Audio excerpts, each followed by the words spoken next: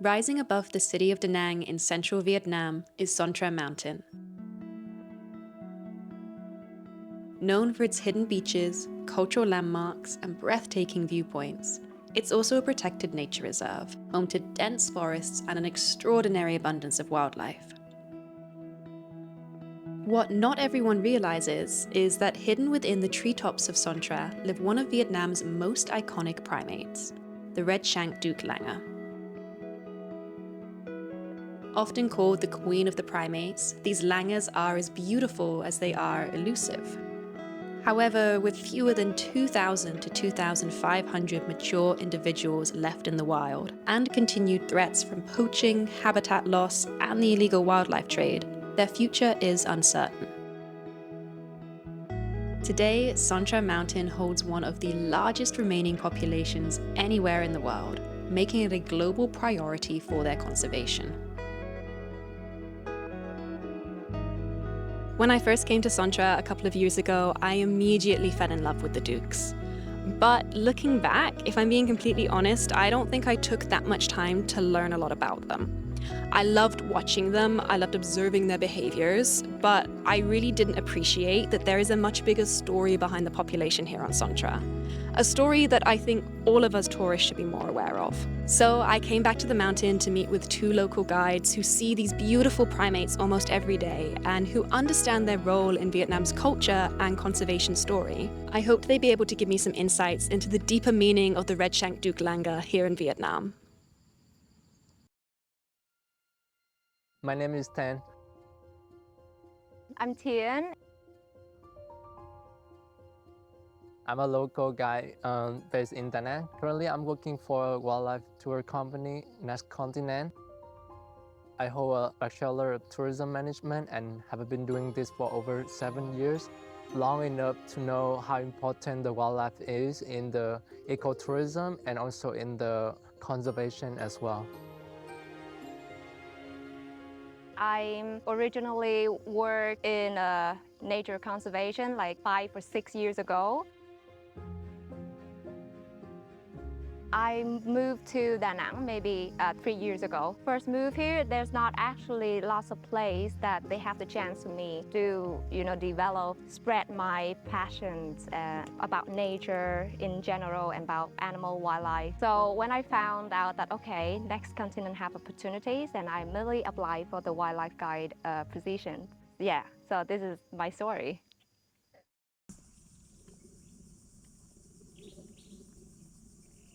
In Vietnam, the Red-Shanked Douc means pretty special to the local people, not only in Da Nang, but in Vietnam in general. It's one of the endemic species in the Indochina area.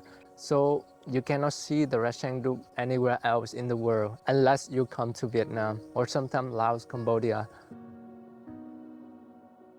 We are making the efforts to protect and try to raise the quantity of them in the Sơn Trà Nature Reserve. We already had so many positive results about the conservation.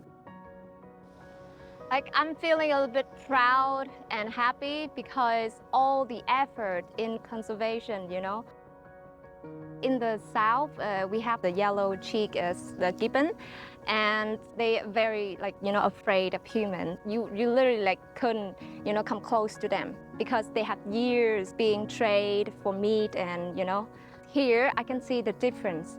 I can see that at least they shy, but they're still there. They're still just there for you to see. And I feel like all the effort, even though we're trying to, develop and we're trying to protect it and we're trying to improving ourselves in conservation, but at least we do something. It's kind of like a small achievement, yeah. I'm so thankful for that, so that I can easily see the Red-Shanked Douc.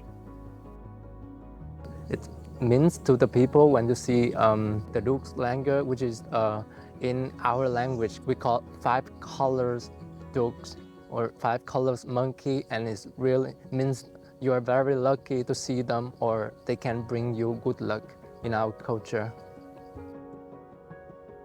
I think this species is a good example for the wildlife conservation.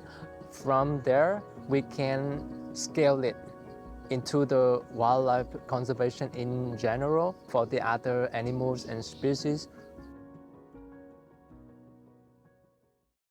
The love that goes into protecting the Red-Shanked Douc Langur is inspiring, and hearing about it reminded me of something that I, and probably many tourists, often forget. That wildlife tourism isn't just about seeing beautiful animals. It's also about supporting the people that work every day to protect them. Here in Vietnam, the Red-Shanked Douc has become more than just a rare primate. They are a symbol of pride and conservation success.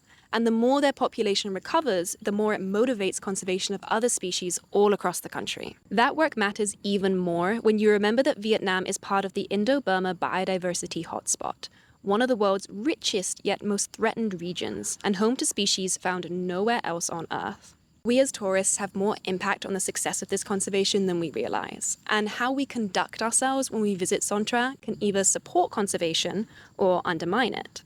So the question is, how can we ensure that our visits to this beautiful peninsula do not cause any harm to the primates or their conservation? So every year we have approximately around over 100,000 tourists to come and visit the mountain.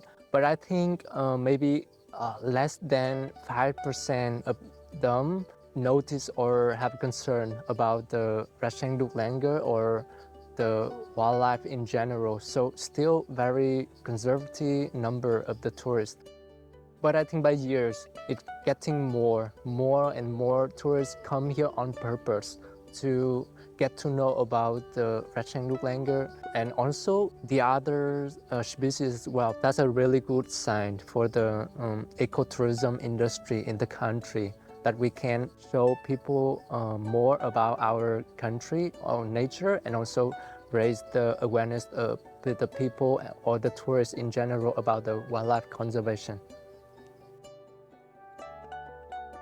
You know, they come because they love animals, but with little knowledge or with thorough understanding of the wildlife watching, they may be a threat to the langurs. The one thing that most of the tourists don't know about the Red-Shanked Douc Langur, they are follivorous. Most of the food they eat is the young leaves. Because of that, they have a really complex stomach.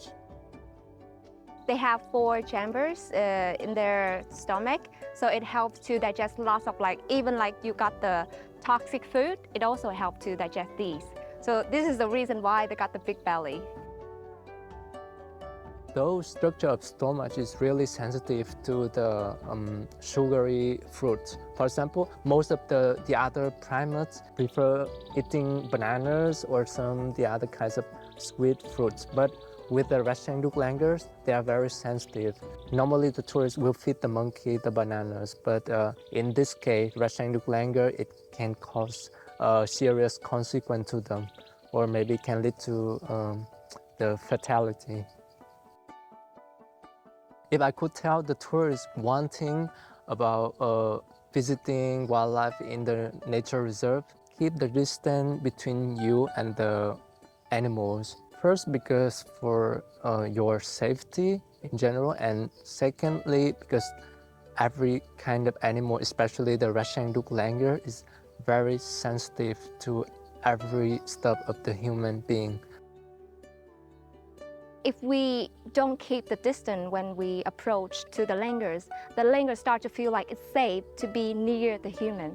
And who knows what would happen, if they feel so safe, so no no awareness of how dangerous a human could be. Bad things would happen to them. People need to know more about the ethical wildlife watching. Ethical wildlife watching encompasses so much. It's about the way we behave on the mountain, the way we talk about these primates after we leave, and even the awareness we spread. But maybe most importantly, it's about how our visits can support long-term conservation. That means backing the work that involves rather than excludes the local community. Because as we can see with these langurs, when the community is involved, conservation thrives. And that's the other side of Sơn Trà that many tourists never think about. It isn't just a safe place for wildlife. It's also a space where local people can connect with nature, learn about animals, and the next generation of conservationists can be inspired. And as visitors, it is our duty to not only respect that, but to support it in whatever way we can. Sơn Trà Nature Reserve is a place that all the local people in Da Nang are proud of. It's a place for everyone to come and enjoy or learn about the nature, especially with the kids. So it's really good material for the kids' education. Also to raise the local people awareness about the wildlife in general as well. Currently, like in Da Nang, we have some organization like Green Viet or like some ecotourism company like Next Continent. We're doing our best to do some more of the education campaigns, like, you know, raising awareness, especially to those little kids who's, you know, like they know nothing about this peninsula. When I ask them, well, okay, do you know that in our peninsula we have around 1,000 of Red-Shanked Douc Langurs? And said, I have never seen them before. I was like, wow, like we're local people here, but we actually know nothing about them. So this is why I feel like the help, the support of all the organization and the ecotourism company with the wildlife watching ethic will be very helpful to those young generations of, like, you know, have more knowledge and awareness of the ecosystem in general and of how to protect and how to, you know, proper approach them without having any harmful to, you know, to them and to the environment. Who knows, when those kids, after like a nature, like big exploration day, like a nature expedition day, they come home, they say, Mom, I see this wonderful Red-Shanked Douc Langurs and I want to protect them. I want to see them growing more in like the amount, and I want many people come here. Then they will be like me, they know that we should protect these wonderful primates we have left in our country. And then they tell their parents, and then they tell their friends and their neighborhood. And you know, this is the importance of raising awareness. You keep the young one, the young generation, and they do the, you know, the rest of the things, of the work. Yes. It's been amazing to come and see these beautiful animals in the wild again, but what's really stuck with me this time is how easy it is for us as tourists to come and admire beautiful animals and not take the time to understand the human element. Humans and wildlife do not exist separately from one another, and conservation is just as much about honoring the people who coexist with and protect these animals as it is about population numbers. So if the story of the Red-Shanked Doucs teaches us one thing, I would hope it would be this: learn from local guides. Book locally wherever you can, learn about community-led conservation in the area you're visiting, and value the knowledge of those who have spent their lives living alongside these animals. And always remember, we cannot protect wildlife by excluding people from nature, because we're part of it.